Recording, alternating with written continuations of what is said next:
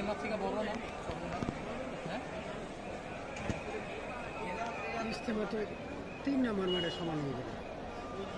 এখানে 3 নম্বর মাঠ ইজতেমার পুরো মাঠ।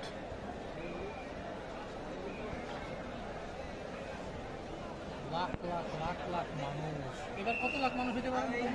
জুম্মা পড়ছে আজকে 1 কোটির কাছাকাছি। কি 1 কোটির কাছাকাছি জুম্মা। শুনছেন নাকি?